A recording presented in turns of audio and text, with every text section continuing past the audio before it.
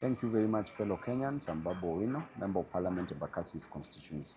Today I want to talk about university education and how President William Ruto has failed Kenyans in matters education. The students who did their KCSE exams and are being admitted at different universities are around 800,000 students, of which the government's intention is only to sponsor 45,000 students, which means that over 750,000 students will not be sponsored. The lowest course, that is a social science, is costing around 300,000 Kenya shillings per year, which means that a mama mboga in the village, a boda boda rider in the slums, a mjengo person in any part of this country must part with 300,000 Kenya shillings per year.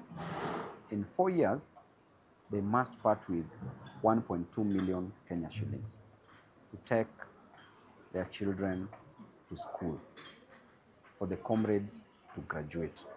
This is not going to be possible. Why? Because a mama mboga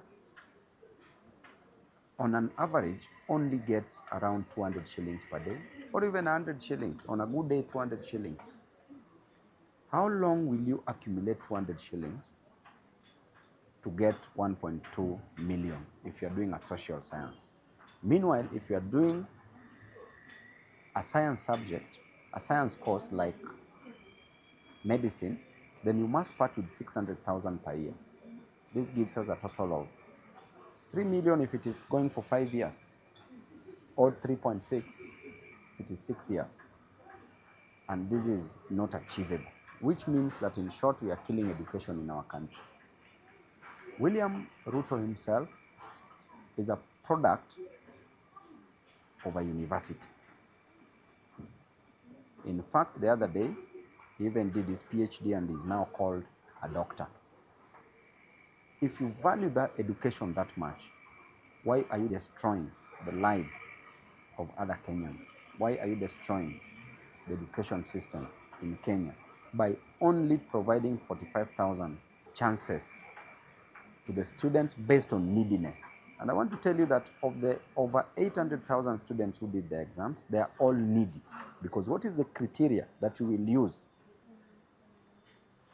to select on a needy student? Every student who comes from the village is needy.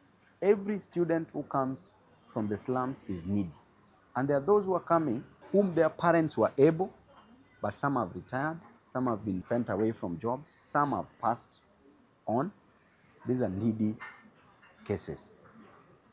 Therefore, this idea of only selecting 45,000 is not viable at all. The other day, we saw our students rushing to help offices to apply for this scholarship, to apply for help, and you saw the system was down. And that can clearly tell you that the government is sabotaging the education in our country. During elections, you don't hear of the systems being down. When education is involved, the systems are down. Our students are sent back to Huduma centers.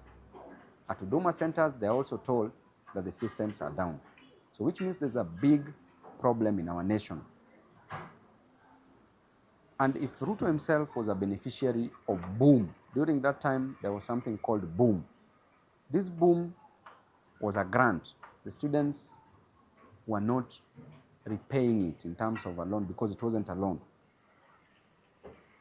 There was no help during that period, but he benefited from it together with Gachagua, and that is what has made them who they are today. That is what made them steal elections. And I can tell you guys clearly that you need to sober up. You need to bring this house in order. You must recognize these children, and we must know that it is only education that will salvage these students from the bondage of poverty, from the shackles of poverty. You have to know that these students are chained by poverty, and you have to salvage them, whether you like it or not. Furthermore, these students, you advise them that they should join universities and nobody should send them away. for fees. Once they report to various universities, how are they going to be accommodated? How are they going to get transport? Money to pay as transport from various villages, from various slums to various universities. How are they going to buy food? How are they going to generally survive in various universities?